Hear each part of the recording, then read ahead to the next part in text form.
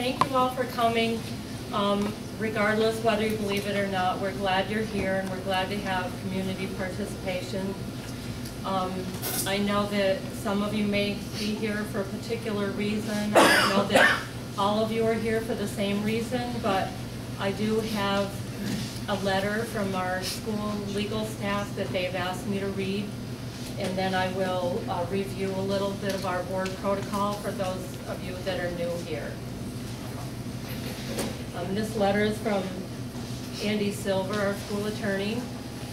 He said, I strongly advise against the practice of permitting public comment on personnel matters at this meeting. In general, personnel matters, particularly those leading to the termination or discipline of an employee, should not be the subject of public comment. The Board of Education, by permitting public comment, could expose itself to liability, for example, defamation.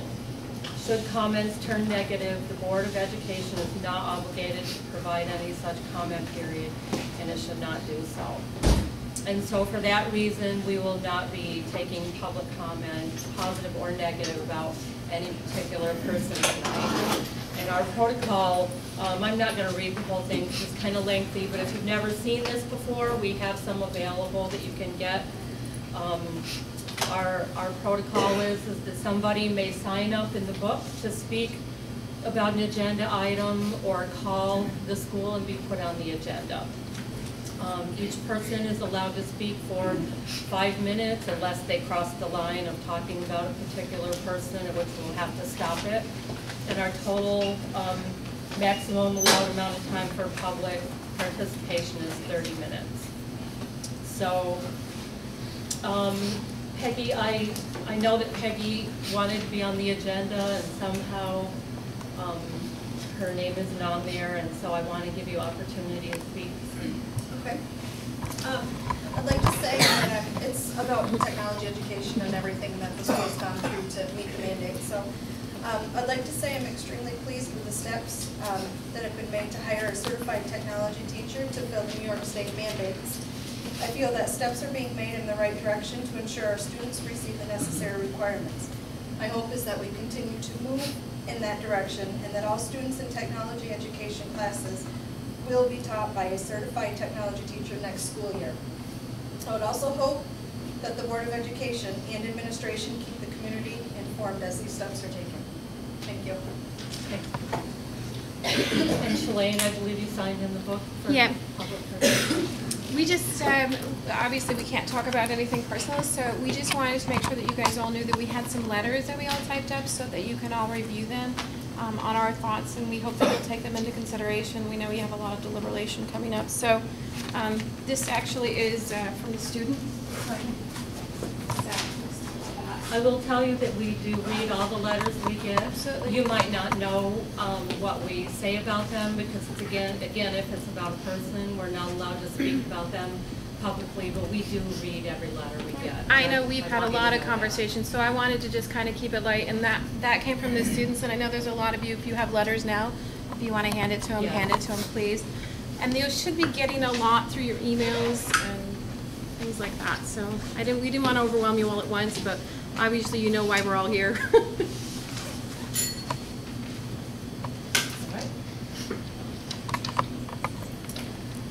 I guess, you know what, I forgot that we're supposed to say the pledge. And the flag is behind, I couldn't find it. Okay. It's behind the whiteboard, so we could all stand for the pledge.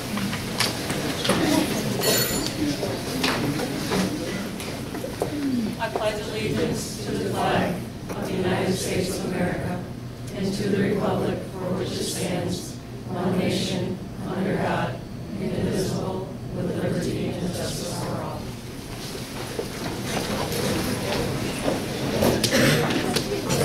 So nobody else has signed up for public participation, so we're going to move on to the next thing that we have, which is Abby Trezetter is here to present senior trip information. You're up, Abby.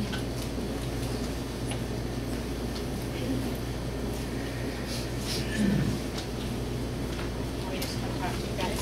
Sure. I wish we had a chair for you.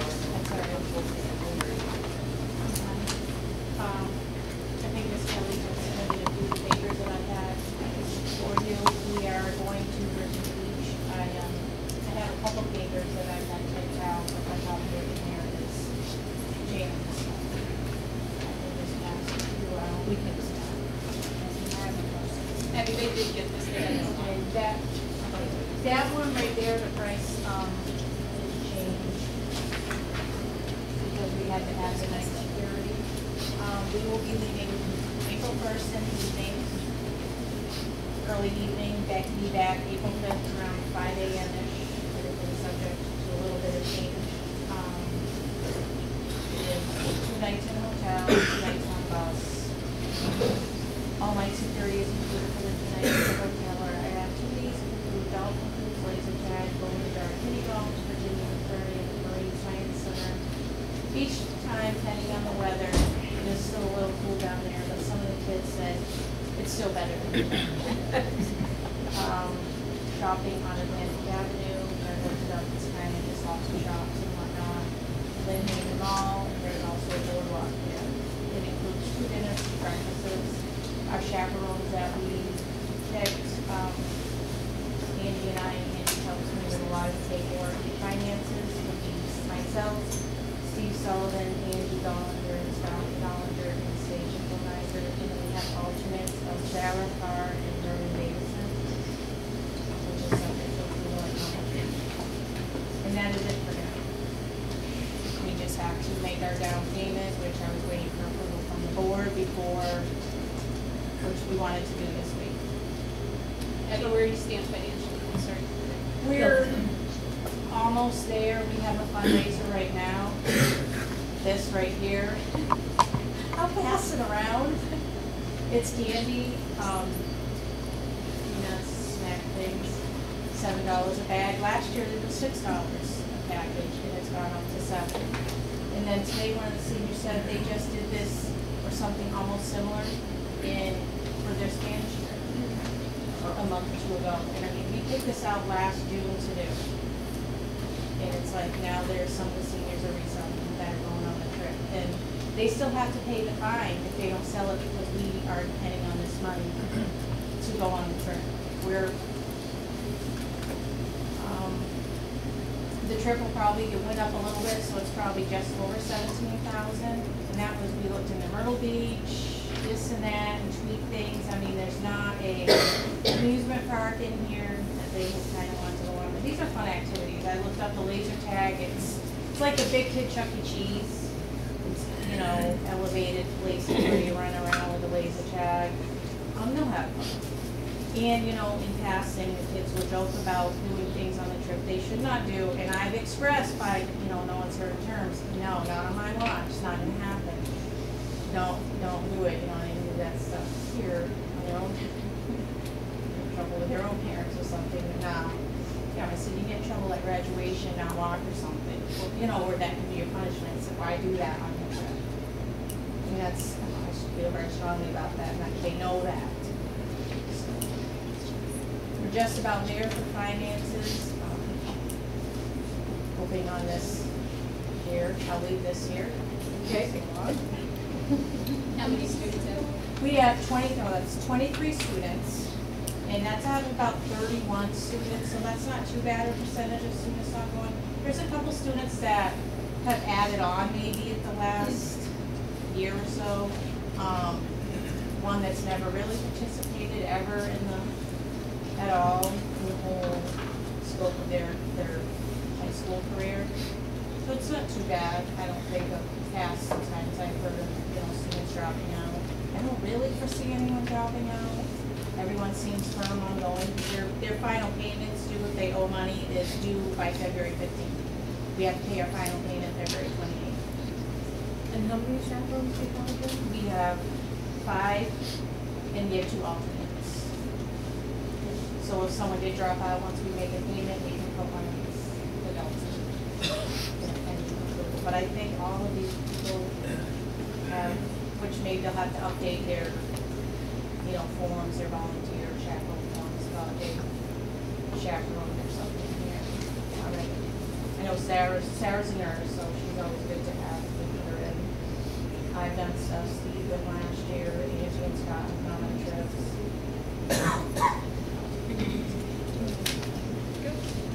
Any questions? For your patience. The advisor, I have to say, being an advisor with all the new rules that are coming out with the tax, you're going to have a hard time getting advisors, or you're going to see advisors drop. We're really just for not having money to go go on trips. I tried to get the kids to do day trips. We could have done 3-4 day trips, we could have went to Syracuse overnight, saw a show, dinner, went shopping and stuff, and they just said, I'm going on a trip down south. With the taxes we have paid just to do a dance, because that's hard in itself to get chaperones and everything else, we have to get everything approved, which I know there's reasons why you need all this, but, and then to get a DJ nowadays, you're talking 200-300, you know, or some new system, and you have to get your music approved, and then you can sneak music in.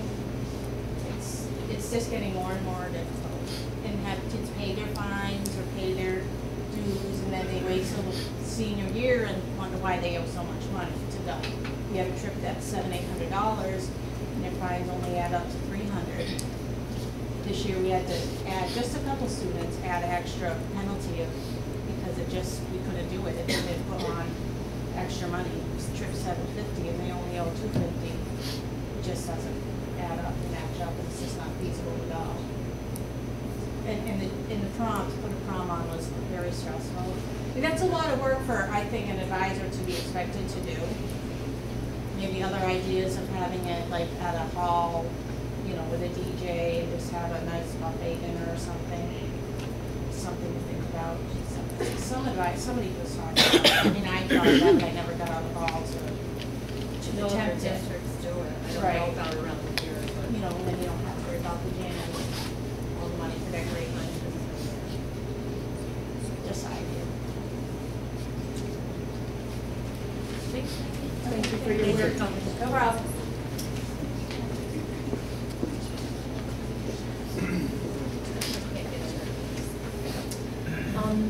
Next we have John Daniels, who's going to discuss the proposed maintenance budget for 2013-14.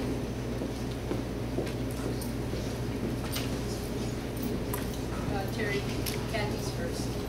Oh, sorry. You're right. Kathy first? Sorry, Kathy's first. Okay. I have brought ice cream donated by the Hershey's Company, and they would like to have anybody try it that would like it. I have extra if you need one. And they're over here in the pans, so if you'd help yourself to that. Your little ice cream.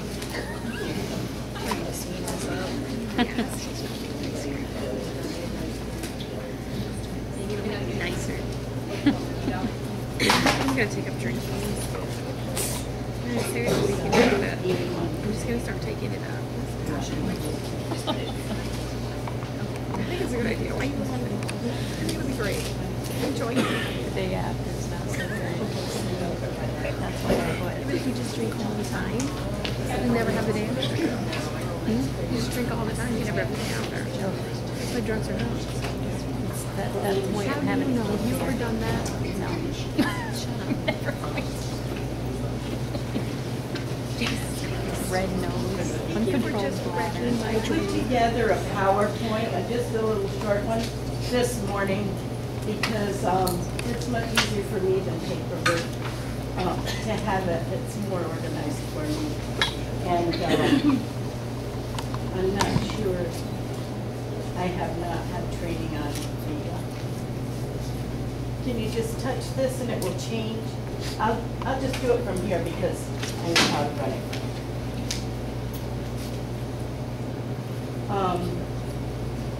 So the cafeteria budget, the revenue one, and each of you should have that. So this looks not real big to see, but the final number, as you can see, is $356,750. This is the revenue. And we come up with this with reimbursable funds from state and federal government for school lunch, our a la carte sales and our sales of our meals. There is, I should have brought my paper up.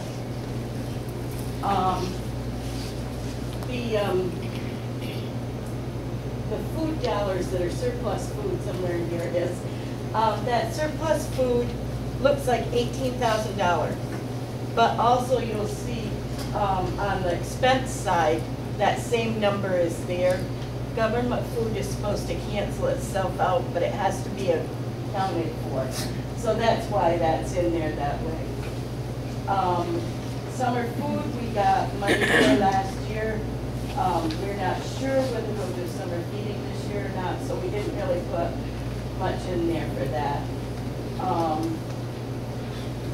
If you have any questions on any of these things, and it ended up with a shortfall of about 77,000, and you'll see that in this, at the end, I put it together so you can see it better.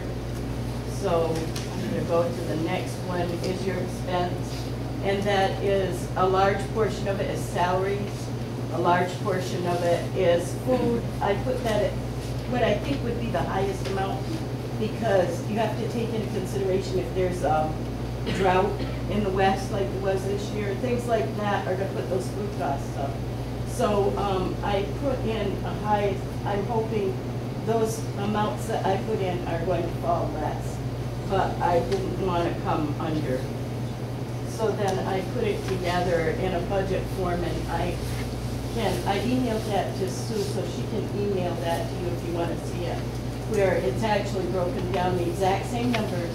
They're just put underneath each other so you can see the revenue and the expense and the shortfall, so it comes in from what would need to be transferred in from general fund, which is about I believe $77,000 is what that is. And there's some ways to possibly cut that down, and that would be by a la carte sales. I've looked into a few things. This is a program put out by Kellogg's.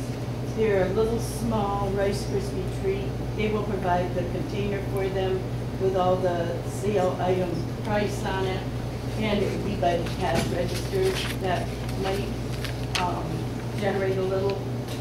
And another thing would be the Hershey's or some other form of ice cream, something that is going to be within the, at least close to the guidelines. We already have a small amount of a la carte sales, which are things like an extra piece of pizza, those kinds of things, juice, but yogurt, things like that. But not, it is my understanding, and my kids were in school when it happened, that the board made a policy that there wouldn't be a la carte sales anymore, and they would make up that difference. And so I think that would have to be a decision that would have to be made by you to change that policy. So I'm just giving you a possibility of a way that could make money. We have cut this year. We've got at least 3 people that have left, and so far 2 haven't been replaced, and 1 has only been replaced at a 2-hour, 10-hour week position rather than 15-hour week. And that's really my whole presentation. If you have any questions at all, I'm always available to you. Just let me know. And any comments?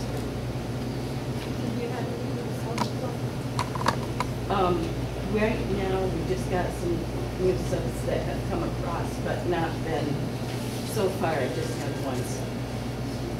That may change soon, but right now. Thank you for your work on the cafeteria committee. I think we are really making some headway there, and if nothing else, we're all learning more and more about how the cafeteria works. But thank you for your. And I should mention the guidelines. There may be a little extra revenue if the government is going to put up the stuff, so I can put in the 6 cent tool.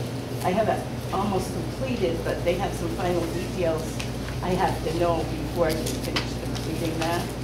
I think the government's hoping that people won't apply and will just go to something else they don't have to pay this year, and then next year they might not have to. So that's a possibility that's out there for a little extra. So any a la carte items that you would sell would be included in all of the government requirements that would count in there? if you want them to. A la carte items are completely up to school districts at this point. Down the road, they're forming in that mandate, and there's a mandate in there, you can't sell certain items. However, it hasn't been, it's just like a scent.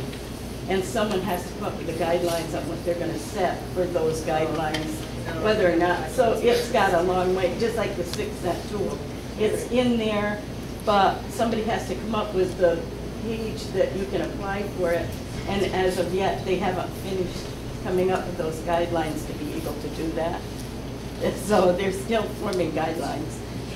So what the government is going to do, I'm really not sure. Are there any other questions for Kathy?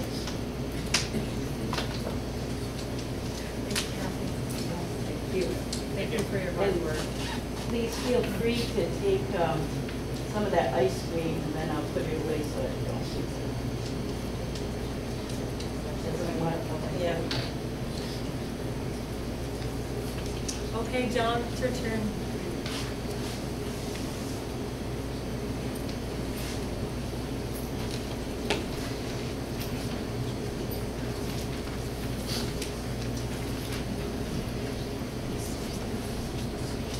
Okay, this is my proposed budget for the 13-14 year, I guess. I have to get ahead of myself.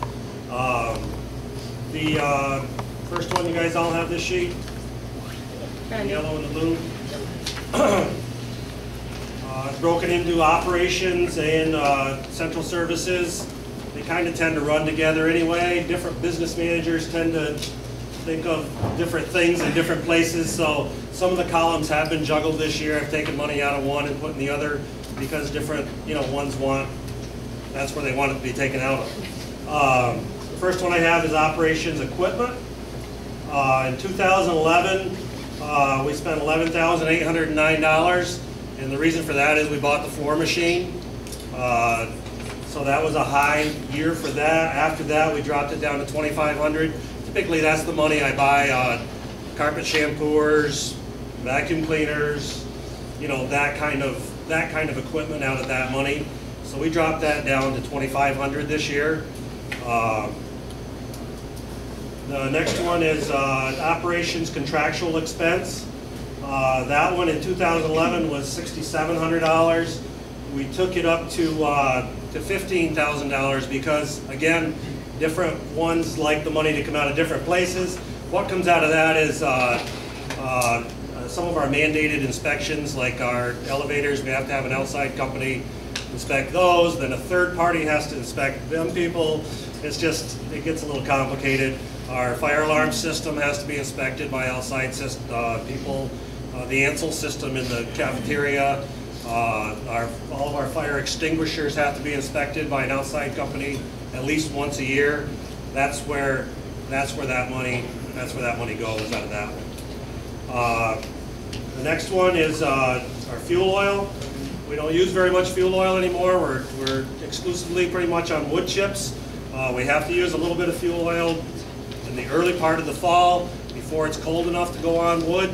And again in the spring when it gets too warm to burn the wood, we have to burn a little bit of fuel oil just to take the chill off and keep the school warm.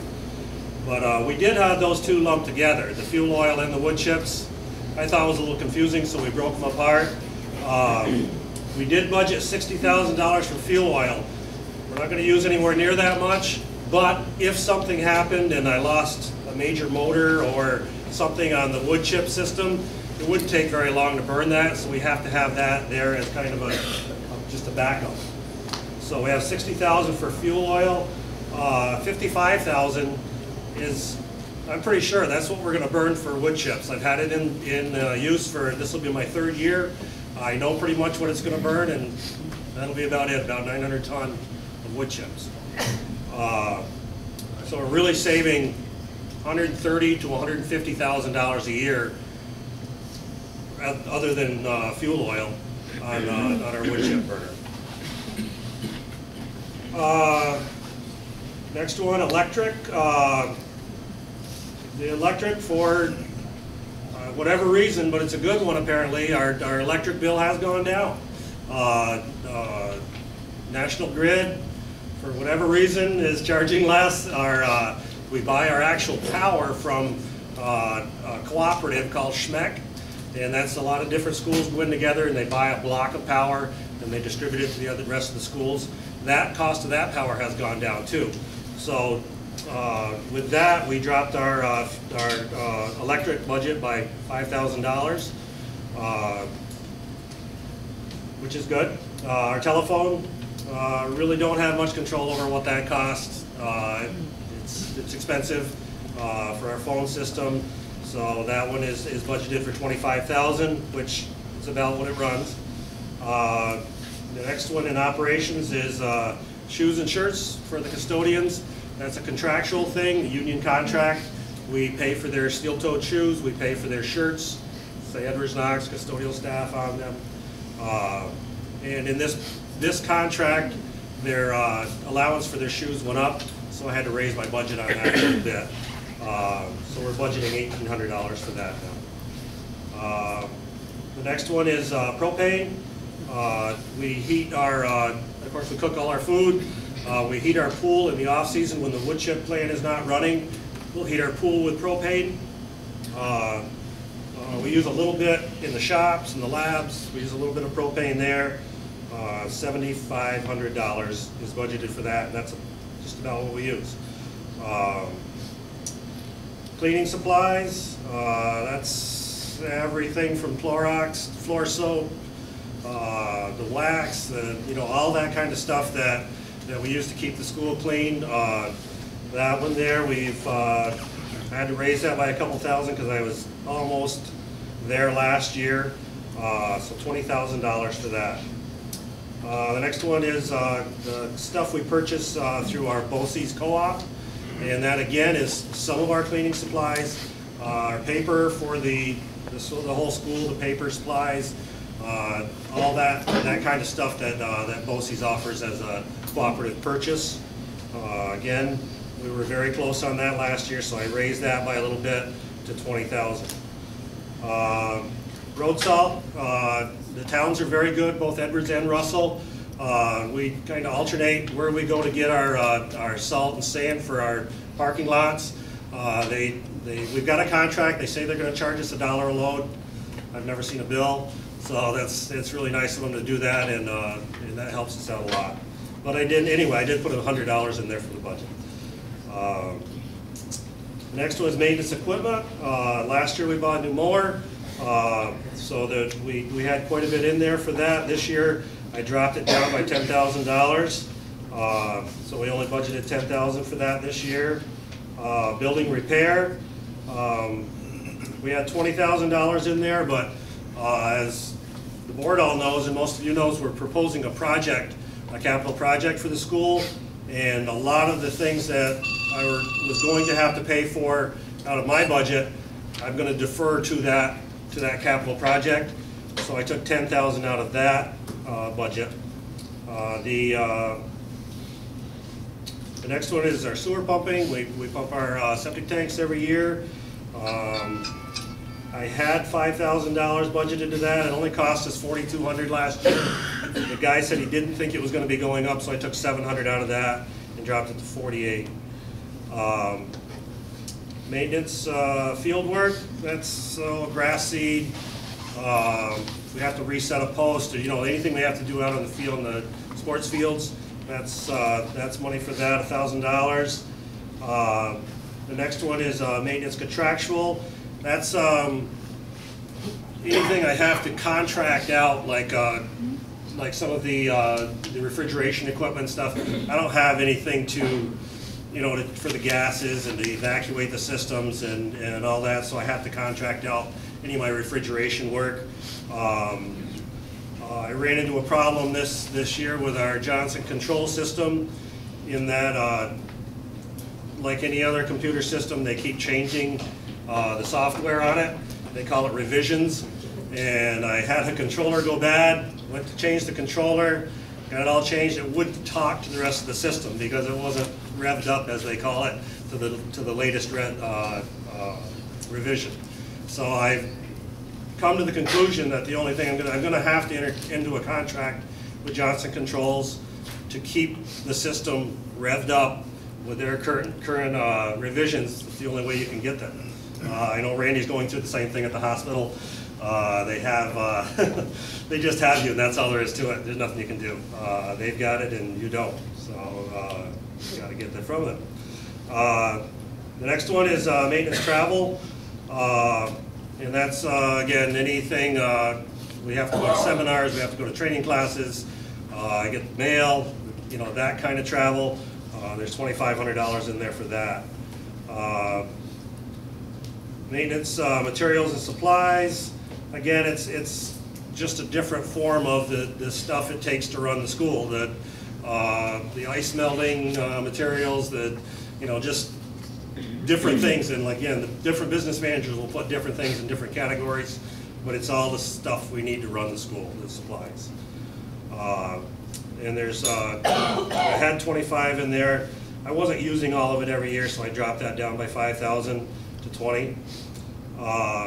Maintenance, pool supplies, that's the chemicals for the pool, the chlorine, the CO2 gas, anything we need to maintain the pool basically is in there. And I've got 7,000 in for that. Bottom line, my whole budget between operations and maintenance went down this year by $39,849. So we're doing what we can, keep it as low as possible, and hopefully, like I say, defer some of the stuff, the money that we'd have to spend locally into the capital project, where it can be, you know, virtually no cost to the local district. And that's my budget. John? Yes. The price on the wood chips now, did that go up this year? That did not. It's $55 a ton. Same as last year? And he expects, and I've talked to him, he expects it to stay the same, barring any unforeseen diesel, you know, big escalation. He expects it to stay the same for next year. So that price hasn't gone up in 3 years or 4 years? This will be the first year it was 50. He raised it the second year, and he's kept it the same for the third year. John, do you think the windmill has contributed to our lower electrical bills, or is it just National Grid? No, I don't think it's the windmill, and it's very interesting. Our windmill is 10,000 kilowatts capacity. We also put in some photovoltaic up there, 5,000 capacity, half as big. In the 3 years they've both been running, we've made twice as much power with the solar as we have with the windmill, only half the size. So that just tells me we're not in a real great wind location, and it wouldn't be wise to invest in any more wind. I mean, the reason those are up there anyway is basically educational. They really, either one of them aren't big enough to put a dent in our power bill, but it does give the children a chance to see like an alternative energy complex. You've got the wood heat, or alternative energy there as far as your heat system goes, and then you've got 2 ways to make power with the solar and with wind. Do you lock the prices in annually with SMAC, or does it vary? That, maybe you can speak more to that. What the consortium has done previously is they've hedged part of the load. So I believe last year we had 60% of it was fixed, and then 40% went with the market. And actually, right now, the fixed price is running below the market, which has never happened in the last 5 years anyhow that I've been with SMEC. So we're actually making money by doing that this year. But natural gas is driving electric. Yeah. John, just a quick question. Yep. I'm not going to hold you to this, but after the renovation or after the building project, if it goes through, how much do you think you would come off your total budget you just give us? Well, With the lights, especially with the lights, they make such a big deal about the lights. Just give me a percentage. I'm glad you asked that question. Oh, aren't you? Well, great. I talked to the engineers today, actually, and because I knew this was coming up tonight, and they have, I'll read you their email back to me, and this is only for the electrical part, because we're also planning on doing some solar thermal, that propane bill I was telling you about for heating the pool, And we heat our water, our hot water, domestic hot water for the school with fuel oil during the summer when the biomass is down. We use about $3,500 worth of fuel oil every summer to heat our hot water with the fuel oil. And again, the pool is about $7,000 to heat that with propane. So we're not even talking about that, whatever it is, 10.5.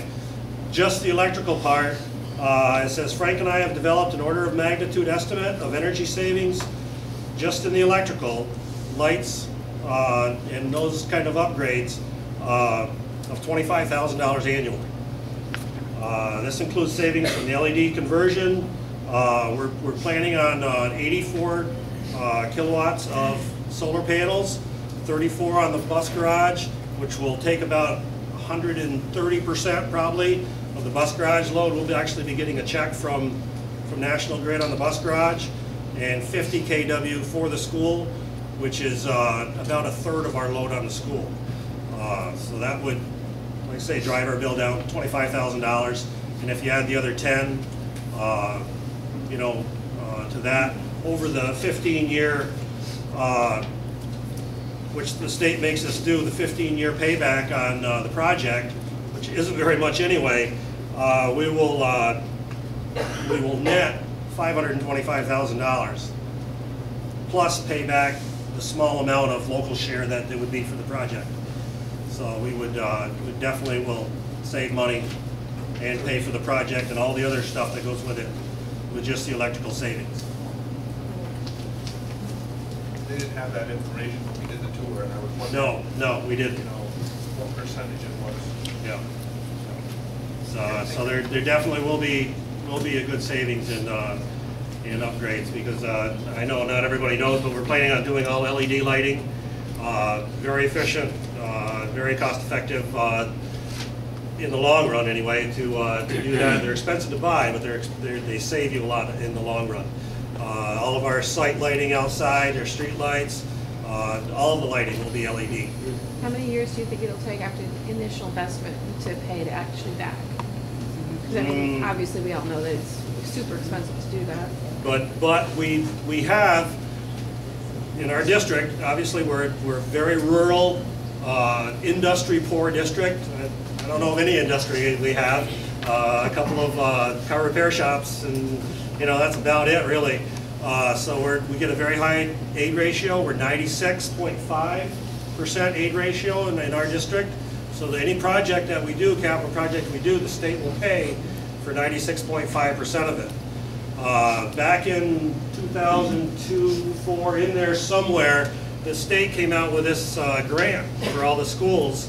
Every school got a little bit different depending on their situation. They call it Excel. And the Excel grant was for exactly this. Upgrade systems like fire alarm systems, safety systems, energy conservation, that kind of thing. We haven't spent all of our Excel funds. We have $402,000 of Excel funds left. So we can use them in with this project. And when we do that, when we put the Excel funds along with that high state aid ratio, we have a very, very small amount that would be left for the local taxpayers to absorb. And like I say, the energy savings is going to more than cover that, plus net us $500,000 in over the 13-year life expectancy of the, or not life expectancy, over the payback period of the project. So it really makes sense. It would be, to me, I would not be doing my job if I didn't recommend us doing this for virtually nothing and saving the taxpayers, the local taxpayers, money. No, Yeah, it just makes sense to do. It's just good to know. Yeah, it makes sense. John, were you going to talk about the driveways at all? The alternate driveways? Oh, you guys have that sheet? Yes. Yeah, we're trying to come up with a solution. It gets very complicated, but we're trying to come up with a solution for the parent drop-off points. He's going to log in and show. Oh, okay. Terry, do you want to see if there's any more questions about the budget before we go into the Do any of you have more questions about the budget? Thank you, John.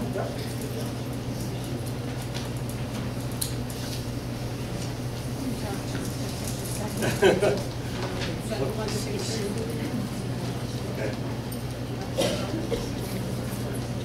We can do the scope first, yeah.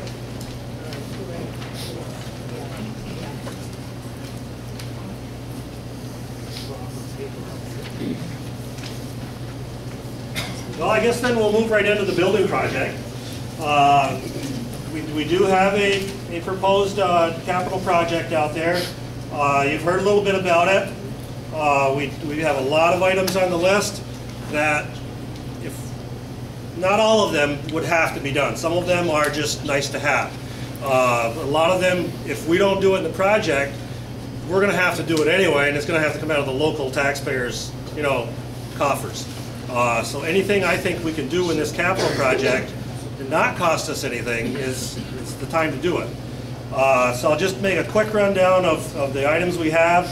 Our emergency generator in our last 5-year inspection, which is also mandated by the state, we had to, our emergency generator was deemed unsatisfactory. The reason it was deemed unsatisfactory is not because it doesn't run good or anything like that. It's because of code issues and the loads that are tied to it. The state wants only life safety loads tied to that generator. It's got to be just the emergency lights, just the fire alarms, that kind of thing, life safety things to it. Well, we also have boilers tied to it, we have water pumps tied to it, we have other things for building protection issues. The freezers, for the freezers to protect our food if the power goes out for an extended period, those kind of things we also have tied to it. The state says that's not satisfactory. We have to break that away. So we have an emergency generator upgrade. Whatever they decide to do with that, we need to do. We have fire alarm upgrade. The fire alarms in the building are original building vintage 1989.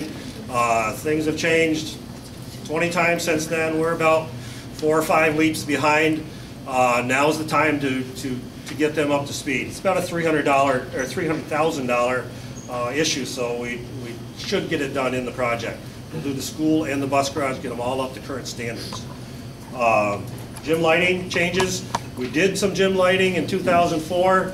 The lights that we put in there, I don't like them. I haven't any of you have ever been in there, and they're not durable enough. The kids will, in kickball games or whatever, they'll hit one of the lights, a couple bulbs will fall out. They aren't really made, I don't think, for a gym. I want to change them to more durable light fixture. Again, go with the most efficient available and get those upgraded. Stair treads in our buildings, the original vinyl stair treads around the buildings. They're again 89 vintage, they're getting wore out, the edges are cracking. We're replacing 1 or 2 of them. We've got a mismatch of them all the way around. So we're going to upgrade them to aluminum tread. We'll never have to touch them again. They'll be done forever. Stage curtain replacement. The last fireproofing we had, again, a mandated thing. We had fireproofing done on our curtains every 5 years. The last time they come in, they said they were afraid to touch them. They're dry rotted, and you can just kind of pull them apart. They're done. So again, we'd have to do it in our own money. It's $30,000. We might better get it covered, under this. Double pane window replacement. We have double pane windows in all of our windows around the school. A lot of them are failing. They're losing their integrity. The helium, argon, whatever inert gas is in between them has leaked out, and now they're foggy in between. So some of the classrooms you go in, it looks like they frosted their windows with that painted snow or something, and it's just unsightly, and it's not good. So again, while it's paid for, we might as well get it done. We'd like to upgrade our camera system. A lot of this, we have a pretty decent camera system right now, but it can be a lot better. And with all the security issues that are coming to light now, with recent developments other places in the nation, we think it's time to get the latest and greatest in our camera system and get that right up to snuff. Emergency windows. When we did our renovation the last time, they put in larger emergency windows. Again, code issues. They put in larger windows that would swing out. But when they put them in, they never spec'd stops for them. So when they swing out, they'll keep it on going. So sometimes the teachers will open them in the summertime for ventilation or whatever. If you happen to get a windy day, we've had a couple of them get to flopping, and it'll tear them right off their hinges. So they make a stop for them, just a simple little stop. Again, not a huge amount, but it's just something we can take out of our local budget as long as we're doing a capital project. Because it comes to about $15,000 for the whole school. We get to the point here, and again, another safety issue, the entrance and exit to our parking lot over here. A lot of parents like to drop off their kids.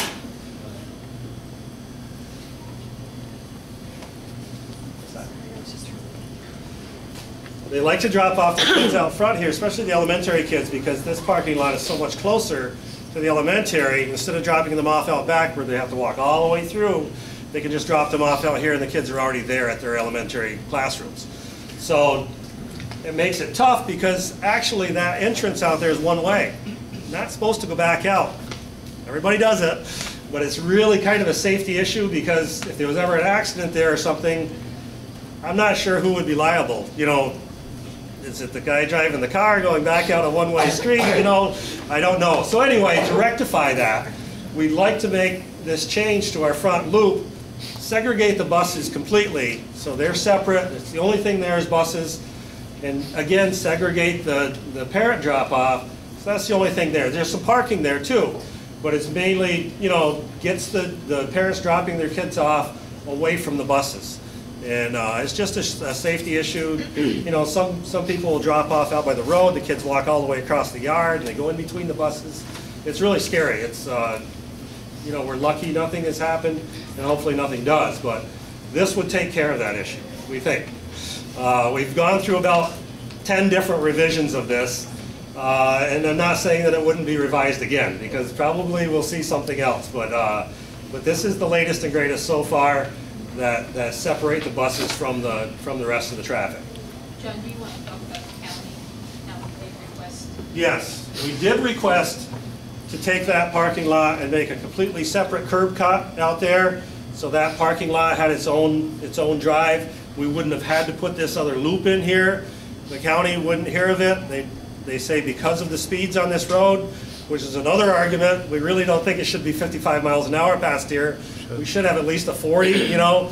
But anyway, it is 55. So being 55, they have to have certain separation between the entrances in and out of here, and that we couldn't make it meet that.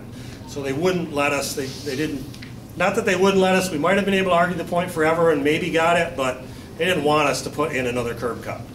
So this is maybe the next best. Now, why won't they deem it a school zone and give us a 45? Yeah, because you look anywhere else, Yeah, they all have any it. school anywhere is 40 miles an hour at least. We've tried all of those things, and we've had several accidents, and after each accident, we again readdress it, ask. Yeah. I don't know if anybody's got any pull with the county. Put up. Call your local representative. Yeah. It should be reduced. It should be at least. I think at least 40 out there. Down coming up over the hills. Yeah. Say if we had a deem, how much money would that save, long run, just putting a parking lot over there? If you looked at that. What do you mean if If it was they just had gonna give you a separate entrance over there and you didn't have to go through all this to do it, would that save a tremendous amount of money? Yes. Probably about 150,000 actually. Okay. By the time you put all that paving, it's very expensive. By the time you put all that extra paving When in. you say we, you said we've sat for hours. Who else has sat in on this to try to put this together? There's a committee with Tom, and who else is on that? Tom, and the engineers, Sue, myself. Who else is there? King. King, yeah, the engineers, the architects, Frank Barney's been used. Frank, the transportation director, business manager, I don't know, 8 or 10 of us anyway, been discussing it, yeah. All right.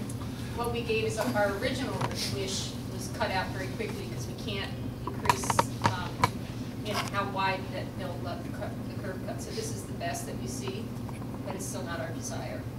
Right. Okay. And the county basically has to say if we can do it or not. So that's the end of my list for safety-related items in the project. What about door handles on the doors now that they're locking them? I consider that a safety issue because a lot of the keys don't work in the doors well. They're And all sticky. the ones that are like this, all the students can pop them open. They have to let me know which ones those are. and we can try to fix them, but I don't know how they do it. I tried to, because the teacher will call me and say, the kids are popping my door open. I've done it. So I go and try. I'll have to have you show me that, because I can't make it do it. But yeah, some of them will, and if they let me know, I'll get them changed. And we'll see if they can do it with the new ones. So maybe you could incorporate that too into, yes, to save taxpayers money too if you did it now. Right, it would, yes, yep, good idea, good idea. John, can I ask a question around the door thing?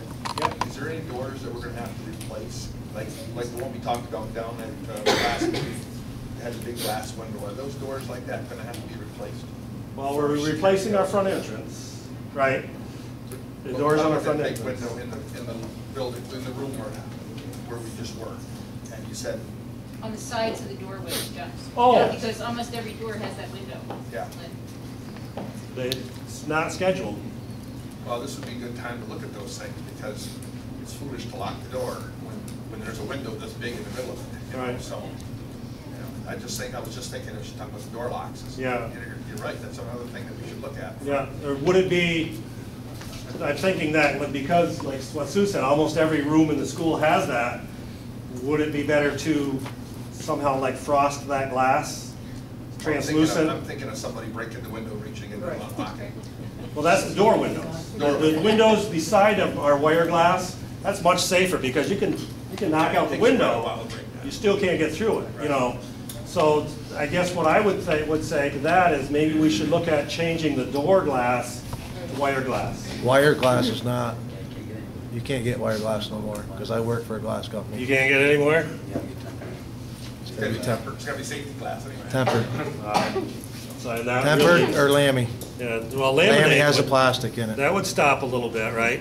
It stops for about 10, 15 minutes or so. Or Well, and depends that's- on that's who what- wants to get in. If they want to get in, they're going to get in. Oh, yeah. Right. Yeah, but like we just Slow had down. we just had a safety meeting here, Right. and what they're looking for is to slow people down a little bit. Right. Like Kevin Wells was here, and like he's saying, most of these incidents are over in minutes. Yep. So if you can slow somebody down for 30 seconds, that's Yep. that many less people that'll get hurt. Yep. So yeah, We should look at that. we should look as at far that. as Yeah. the doorknob and the whole door situation. Yeah. So the next section of the building project is energy saving items. We had, my first one on there was they make a unit that will take hot water now. Typically the way you make power from a boiler plant is steam. You spin a turbine, you spin a generator and you make power. They do have them now that work off hot water. And they run through a different cycle with a refrigeration in them in a closed cycle, and the refrigerant actually expands and makes like the steam, the vapor, and that's what spins the turbine. So I really wanted to put one of those on our biomass to capitalize on the savings of the biomass, but seeing as how we paid $55 a ton for our chips, it's not quite as efficient to do that. It's a better bang for our buck to put our money into solar panels. They'll make more money per dollar than that would. So we've dropped that power generation from the biomass hot water. We're going to put the money that we did have earmarked for that into these photovoltaic panels that I was talking about, and get a better bang out of our buck for that. The solar thermal, I was telling you about the solar thermal for the pool. We can heat our pool, we can heat our domestic hot water in the off seasons with solar thermal. Costs practically nothing, a small pump running, very efficient, they last forever. The added photovoltaic panels, 84 kilowatts altogether. Again, there'd be a payback on that. We'd be making at least $25,000 annually on those. The auditorium, most of you have been in the auditorium. The lighting in there again is the vintage, 89 vintage. They've got better stuff, much more efficient. Right now the spotlights that go onto the stage are 750 watts a piece. When we turn on 20 of those, you can imagine what the meter does. It really takes a lot of power. The new ones they have that are LED are about 150 watts a piece. So, I mean, we just can save so much money, it's just kind of a no-brainer not, you know, to not do it. Bus garage lighting upgrade. T12's up there. That's the old style fluorescent, been around for years and years and years. We'd upgrade those up there to the more efficient LEDs, and possibly out in the bus bay, maybe some T5s out in the bus bay. But again, save a lot of energy. The lights up there. We'd also put in sensors. Right now, you know, they'll turn on the lights. Of course, you got to get your buses going, everything, the pre-checks and all that. So everybody turns on all the lights. One bus leaves, another bus leaves. Pretty soon the last bus is out. All the lights are still on. There'd be occupancy sensors up there that after a few minutes, it would shut them off. And as soon as the buses come back, as soon as the door opened or any kind of movement at all, they'd all come back on. So the safety would be there, but yet the energy savings would be too for that. Pool lighting upgrade, again, same deal. Original systems in there, save a lot of money, be better lit, safer, the whole deal with some upgrades in there. Site lighting to go to LEDs. They actually have them that are, there's a solar panel that sits on top of them and charges the battery. You don't even have to hook up the power. They use so little power that the solar panel will charge the battery enough during the day so they'll run all night long on just the battery. I don't know if I trust that really fully in our area with you know, in the wintertime sometimes we don't see the sun for a week at a time, but so I'd probably still have them hooked to power, but they might put in a few that are battery powered too. Again, LED lighting for the classroom and hallways, saves all kinds of energy. Then my next category is building related items. When we did the middle school addition, they never spec'd any window shades up there. It's on kind of the northwest side.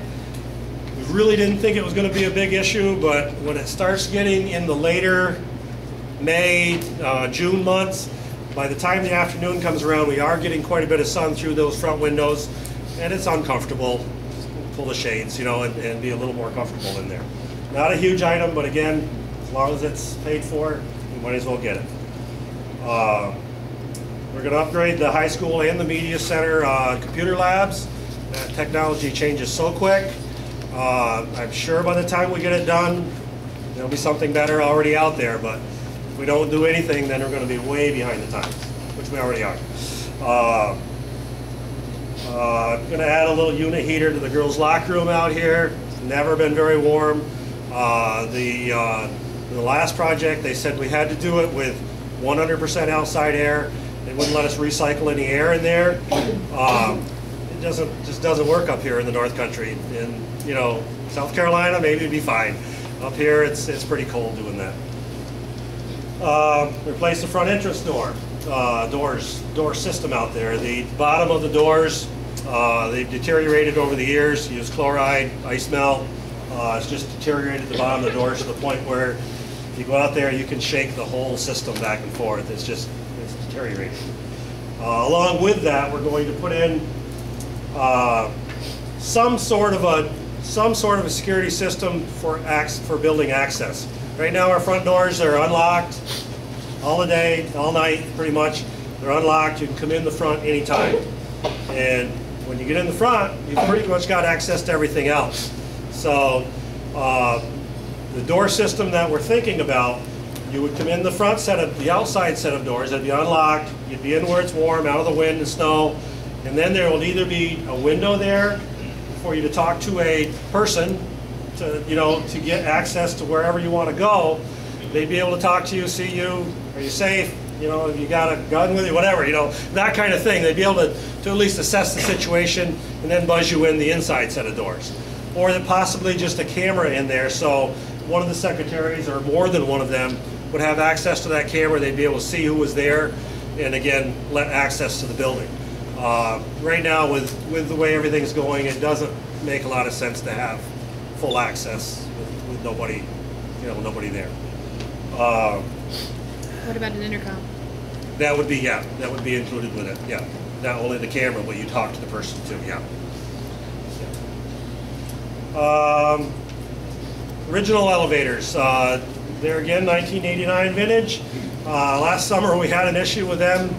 Our elevator guy there could not figure out how they worked, exactly what the plan was. We have no wiring diagrams for them. Finally, we got a hold of an old guy that worked on these originally. We were on the phone with him for about 2 hours, and he finally tracked us down through a little resistor in the circuit that was bad, and we got them fixed. But even that guy there said, he said, you should be replacing those. He said, those that company was only in business for a very few years. They're out of business. They have no stock parts, anything. If one of the boards goes in it, he said, you're going to be sunk because they're not available. So we'd upgrade those original elevators with new operators, new controllers, get them up to date. Wouldn't have to change the elevators themselves, just the controllers on them. Reconfigure the main office area. We've now got the high school and elementary and business office. The whole front administration would be down along the front in an area where they're easy for them to access each other, and the students could get to them equally as well. We just renovate the front section on the right-hand side as you come in the doors. Is that a necessity? If we want to do that, it would be. But again, it's And if it comes down to crunch time, those are some of the things. It's possible, yeah. But like I say, now's the time. If you're going to do something like that, now's the time to do it with the aid that we have and with this Excel monies. What we're worried about, this Excel money has been out there for, like say, since 2002. That area, they're not going to leave it there forever. If we don't use it, the state will just say, okay, we'll take that, and it won't be there. No, but I'm just thinking that if there's overages that we would have to pick up as a consumer. Right, right. But as the thing is planned right now, anything that's on this list. There's no overage. No.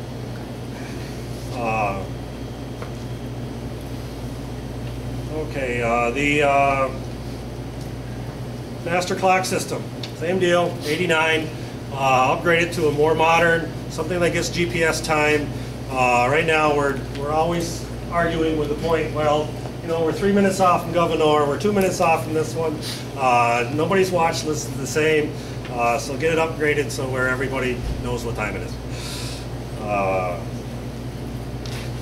We have several exterior doors around the building that again have been damaged by chloride over the years. They're metal doors. We'd replace them with this FRP, fiberglass reinforced glass, whatever that stands for. It's a fiberglass type material, and it won't corrode. It's pretty good. Plastic coating. Yeah.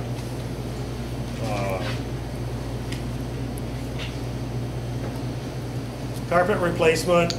I took that, we put that into because that really, we don't have to do that. If we've got some money left over, when we get done with the project, we might do some carpet replacement in some of the rooms. So that's kind of on the alternate list. Our new gym on the other side over there, there's a walkway all the way down one side of it, and then the gym proper goes up. There's probably a 35-foot elevation change.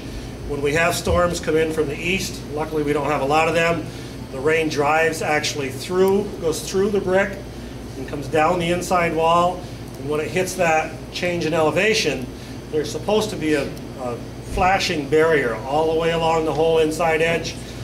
Somewhere in there, that flashing barrier has failed or was not properly installed when it was built, so the water will come down, leak, hits the ceiling tiles. Not a huge issue, but it could be over the years, develop mold or whatever in there. We want to get it straightened out. So they'll take out a couple courses of the bottom brick, fix that flashing, and hopefully take care of that. Going to put a couple additional outlets in the bus storage bays. When the bus, somebody leaves the light on, switch, battery goes bad, whatever, he has to take the battery charger out there to get the bus going again. String cords all the way across the bus garage. Just put a couple outlets on either side, no big deal. Get that done while it's free. Same way, 220 volts in the maintenance bay. He's got his welder and he's got cords strung all over. If we had a couple other outlets, it'd just be much easier for him.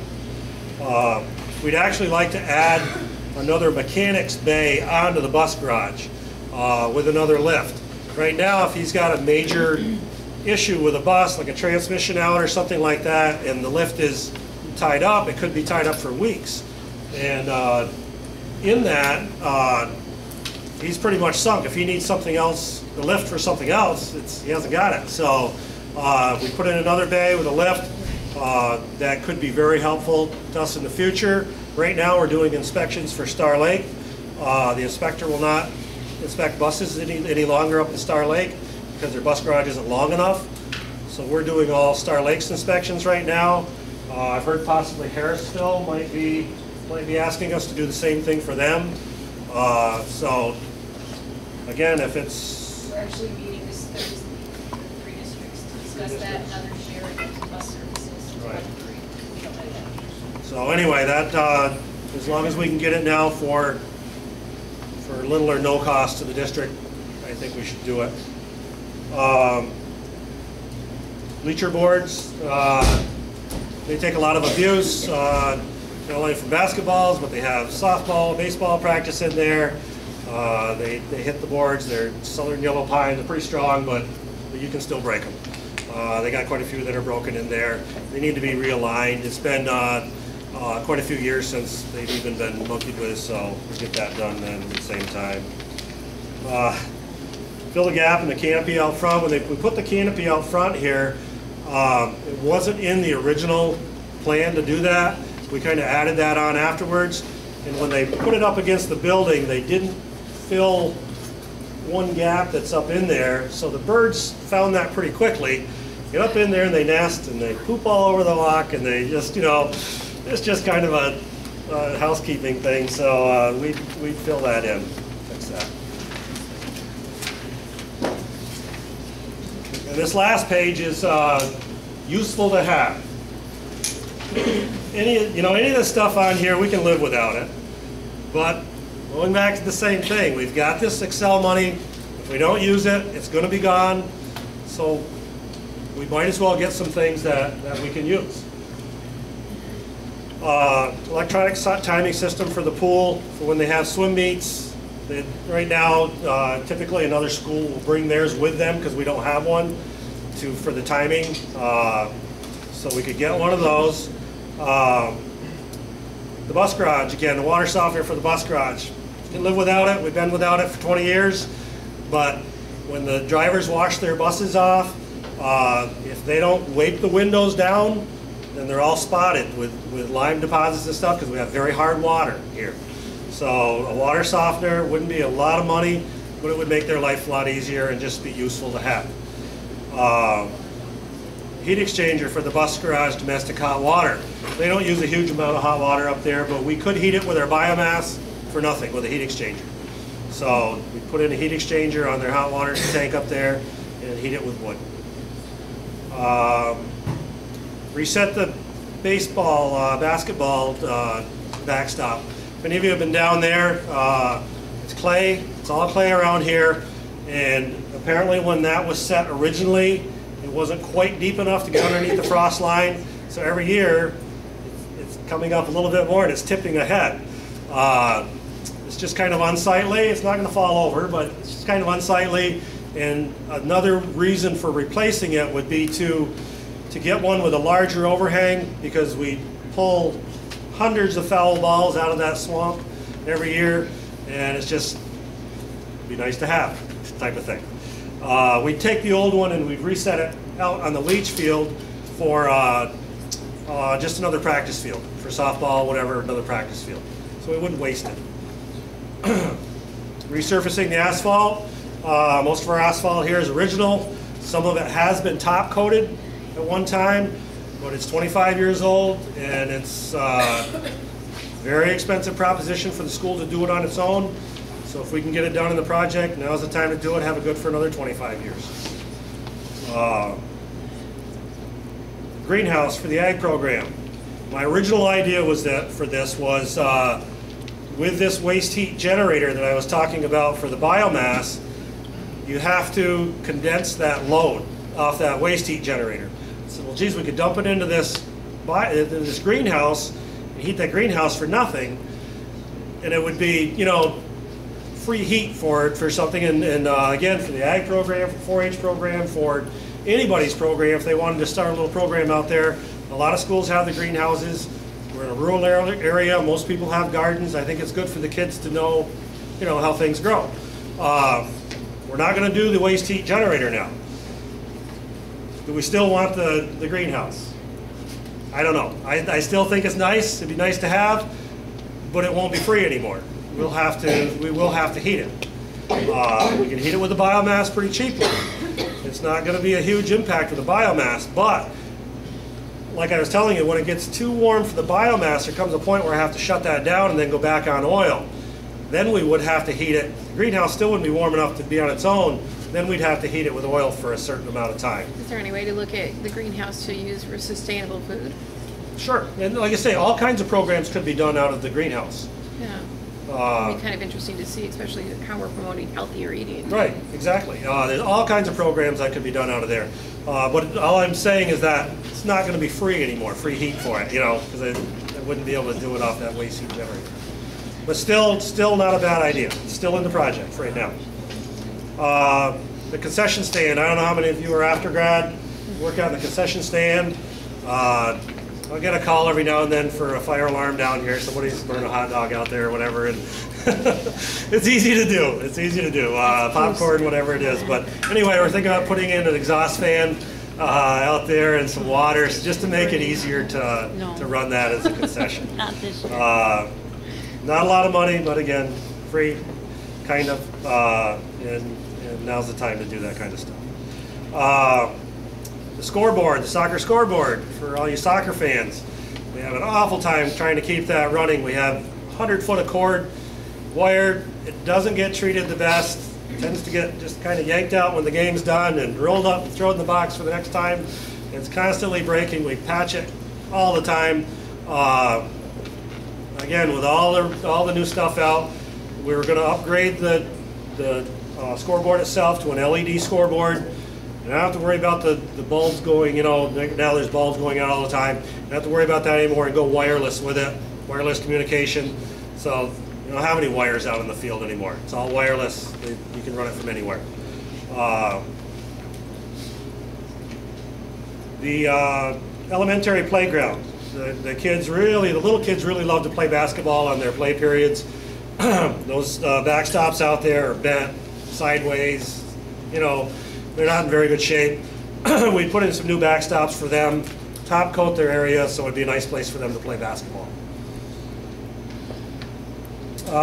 Infield dirt, that's the red dirt there. All it is just a load of dirt, and they included that in with the backstop. Again, not a big deal. I normally take it out of my budget, but you know, if we're getting 96.5% for funded, we might as well take it out of there. Ceiling tile and grid replacement in the corridors. When they're in here, they're going to be doing, like I say, the camera system. They'll be doing the fire alarm upgrade.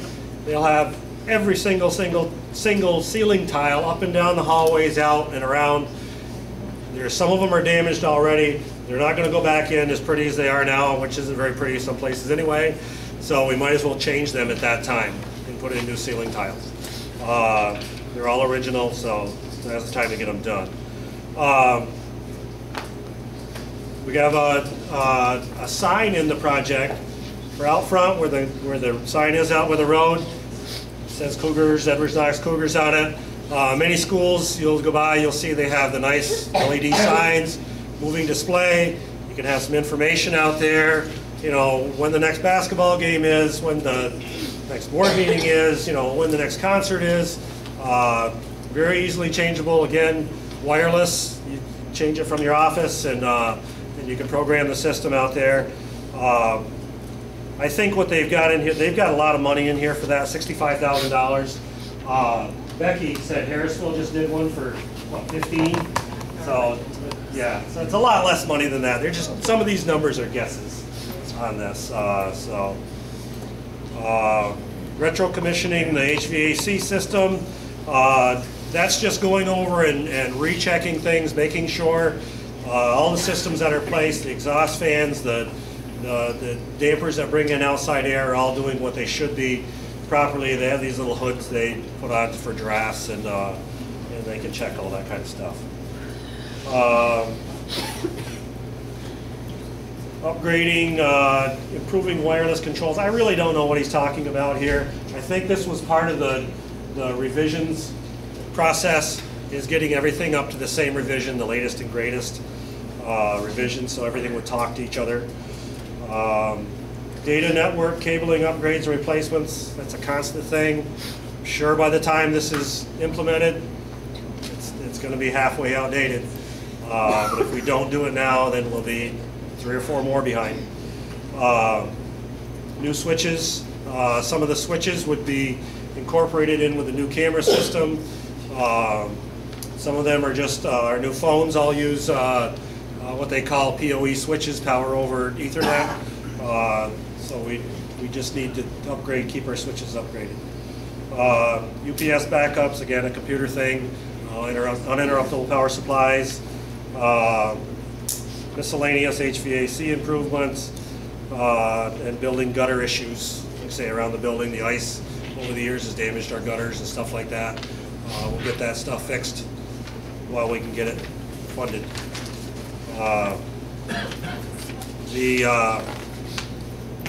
Give you a quick rundown. Do we have fiscal advisors, which are people who do projects every day of the week, all year long, for different school districts all around the state. They know exactly how SED works. They know exactly what papers they have to file and when they have to file them. They know the finances, which are a nightmare for a normal person. I don't know how they keep track of it, but anyway, they've done a cost estimate for us. They took for as you can see, the number down there is $8.904 million for the total project. They padded that a little bit just to be safe. They used $9.1 million just so everything would be covered. The state will make you not pay back any quicker than 15 years. They make you amortize over 15 years. I'm not really sure the reason they do that, but it started a little while ago, and it's something to do with their finances, but they will not let you just pay for a project. Even if you've got the money in hand, they won't let you do that. So anyway, they make you pay for it over 15 years.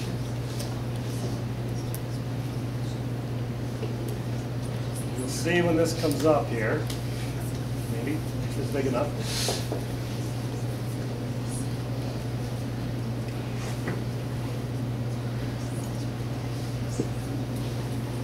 This is what it would look like with 96.5% funding. We're using our $402,000 of Excel aid, and because they won't pay back until the second year of the project, correct? Now, actually, it's not so you file your final cost report. They just changed that this year. Okay, so this might change a little bit. They keep playing with the finances. But so until we file our final cost report, they won't give us any money. But yet, it's coming. So we have to borrow those first couple of years. We have to borrow the money, pay those first couple of years payments. It just doesn't make sense to me. But yeah, because they're going to earn off the interest. Yeah. No, so I mean, it makes sense for them, but for them, yeah. But where's that cost going to come from? Well, we borrow. Yeah, obviously, they end up paying it. Is the sad part, because we're funded 96.5%, so they're paying themselves in the long run. Oh yeah, no, I know, I see that. You know. So anyway, for the first year,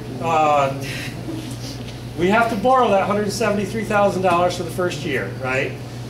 We actually make $1,052 off that in interest. So we're to the good that first year. The second year, we actually make $2,557 off it. Then it starts kicking into where we're actually paying back. And it averages out about $15,000, $17,000 in there somewhere. That's the local share.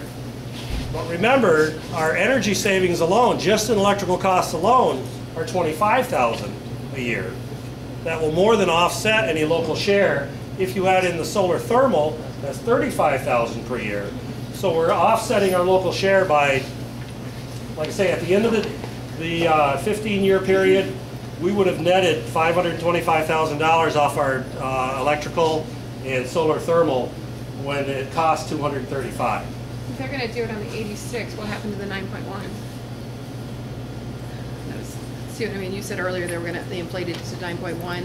Right, this To is make it so- 9.1. The actual thing on, if they did this again It's with 86. 8.9, right? Which is the other one, 8.9, this would look better. But they don't want to make it look better than what it is. In case something comes up and they have to have a little extra money, they want it in there. So, I think, John, the difference, if you look at the principal payment of 8.6, is that what you're looking at? Yeah, The difference it is the Excel aid of 400,000 is Okay. actually a grant. So Okay. you get that like in cash basically, or the pay your payments directly. So that's Oh. why Gotcha. you don't borrow Okay. for the 9.1, you're Gotcha. only gonna borrow for the 8.6. Okay, that's what I was questioning. Thanks, Amy. okay, I'm sorry, I didn't understand what you're asking. That was all right. So anyway, to me, it just makes perfect sense for us to do this project at this time while the Excel 8 is still there. We don't know how long it's going to be there. And I think it makes sense to take advantage of it. Any questions? What about labor costs? You haven't mentioned anything about labor Labor costs, for all these projects. it's in there. Estimated in? It's in there. Yep. I didn't hear you. Yep. No, it's when they give like the emergency generator upgrade, they say they're guessing $100,000. That's all. Labor included. That's done. When they say that, it's done. Yeah.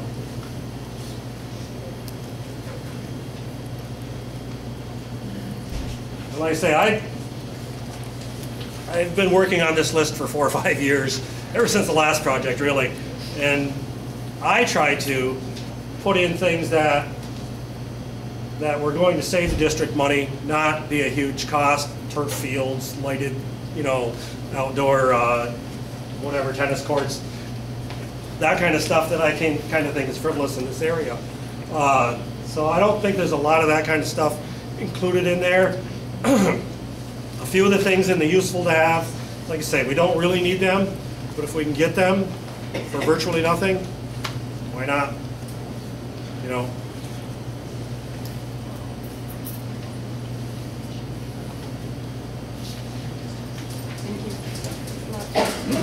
Thanks.